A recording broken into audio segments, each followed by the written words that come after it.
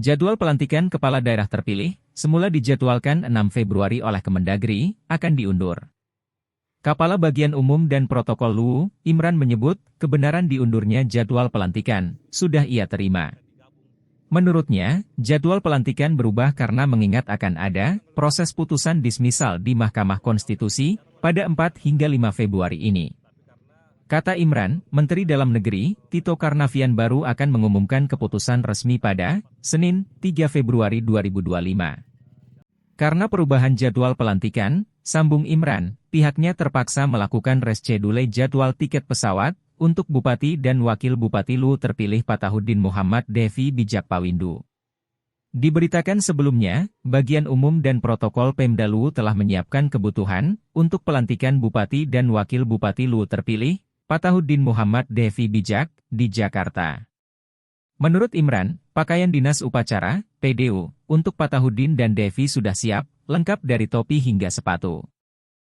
Pak, infonya ada reschedule soal pelantikan kepala daerah terpilih, itu bagaimana Pak informasinya?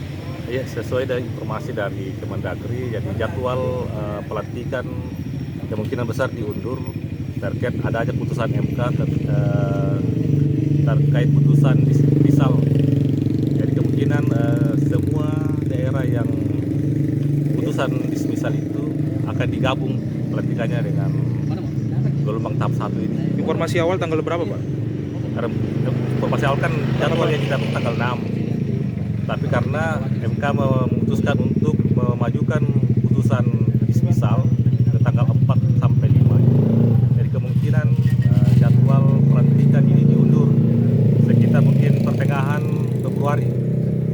Jadi bagaimana soal tiket pesawat? Saya kira sudah di-booking dengan hotel. Ya, jadi persoalan tiket pesawat dan hotel itu semua kita reschedule kembali dan semua daerah di seluruh Indonesia melakukan hal yang sama.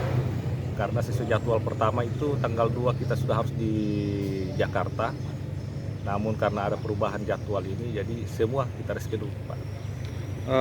Persiapan mungkin setelah pelantikan apa ada pembenahan Pak dari Rujab atau ruang kerja Bupati terpilih? Ya, jadi setelah pasca pelantikan itu semua kita harus benahi termasuk rumah jabatan Bupati dan Wakil Bupati dan termasuk ruang kerja.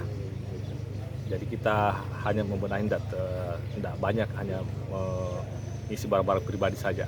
Kalau tidak salah sudah diserahkan juga Pak untuk mobil dinasnya Pak? Untuk mobil dinas ini sudah kita anggarkan, tapi belum kita sudah diproses tapi masih berada di aler. Nanti setelah pasca pelantikan baru kita ambil. Bupati dan Wakil Bupati pakai mobil apa Pak? Alphard. Kalau PKK-nya? PKK-nya Innova Xenix.